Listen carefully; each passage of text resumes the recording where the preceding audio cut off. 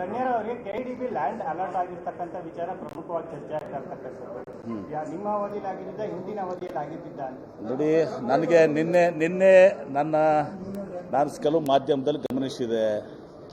ನಾನು CEO KDBಗೆ ಮಾತಾಡಿದೆ. ಅವರು ಪ್ರೊಸೀಡಿಂಗ್ಸನ್ನು ಕಳಿಸಿದ್ದಾರೆ. ಅದು ಪ್ರೊಸೀಡಿಂಗ್ಸು ಫೆಬ್ರವರಿ 2, 2023 ಅಂದರೆ ಹಿಂದಿನ BJP ಸರ್ಕಾರದ ಅವಧಿಯಲ್ಲಿ ಅದು ಅಲೋಕೇಶನ್ ಆಗಿದೆ. ಹಿಂದಿನ ಸರ್ಕಾರದಲ್ಲಿ ಸ್ಟೇಟ್ ಹೈ ಲೆವೆಲ್ ಕಮಿಟಿಯಲ್ಲಿ ಇವತ್ತು ಸಹ 12 ಎಕರೆ ಸಿರಾದಲ್ಲಿ ಅದು TMT ಫ್ಯಾಕ್ಟ್ರಿ ಅನ್ನೋಗೆ ಆ ಒಂದು ಯಾವುದೋ ಕಂಪ್ನಿ ಹೆಸರಿದೆ, ಅವರು ಆ ಕಂಪ್ನಿಗೆ ಅಲೋಕೇಶನ್ ಆಗಿದೆ. ಸರ್, ಈಗ ಕೊಪ್ಪಳದಲ್ಲಿ ವಿದೇಶಿ ಮಹಿಳೆ ಮೇಲೆ ಅತ್ಯಾಚಾರ ಆಗಿದೆ. ನರಸಾಪುರದಲ್ಲಿ ಸರ್, ಸಿರಾ ಇದರಲ್ಲಿ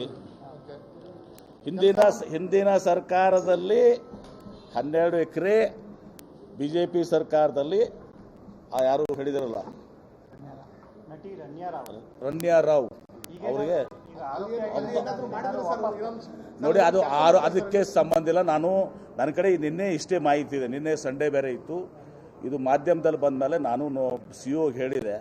ಪ್ರೊಸೀಡಿಂಗ್ಸ್ ಕಳಿಸಿದ್ದಾರೆ. ಆ ಪ್ರೊಸೀಡಿಂಗ್ಸ್ನಲ್ಲಿ ಹಿಂದಿನ ಸರ್ಕಾರದಲ್ಲಿ ಇದು ಅವ್ರಿಗೆ 12 ಎಕರೆ KDB ಸಿರಾದಲ್ಲಿ ಒಂದು TMT ಫ್ಯಾಕ್ಟ್ರಿ ಅಂತಲ್ಲಿ ಅಲೋಕೇಶನ್ ಆಗಿದೆ. ಅಷ್ಟು ಮಾತ್ರ ಗೊತ್ತು.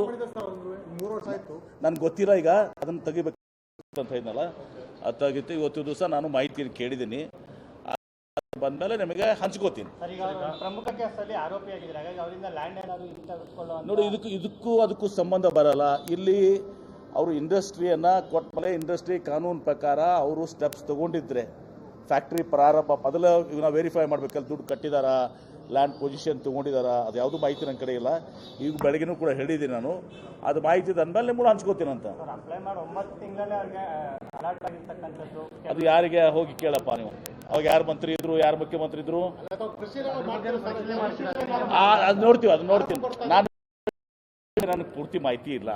ಮಾಹಿತಿಯನ್ನು ಪಡ್ಕೊಂಡು ಆಮೇಲೆ ತಿಳಿಸ್ತೀನಿ. ಯಾಕಂದ್ರೆ ಇಷ್ಟೇ ಹೇಳಬಲ್ಲೆ, ಈಗ ಹಿಂದಿನ ಸರ್ಕಾರದಲ್ಲಿ BJP ಸರ್ಕಾರದಲ್ಲಿ 12 ಎಕರೆ ಅವರಿಗೆ ಒಂದು ಕೆರೈಡ್ ಏನೋ ಸಂಸ್ಥೆ, ಆ ಒಂದು ಸಂಸ್ಥೆಗೆ ಪುರುಷ ಅಲೋಕೇಶನ್ ಆಗಿದೆ.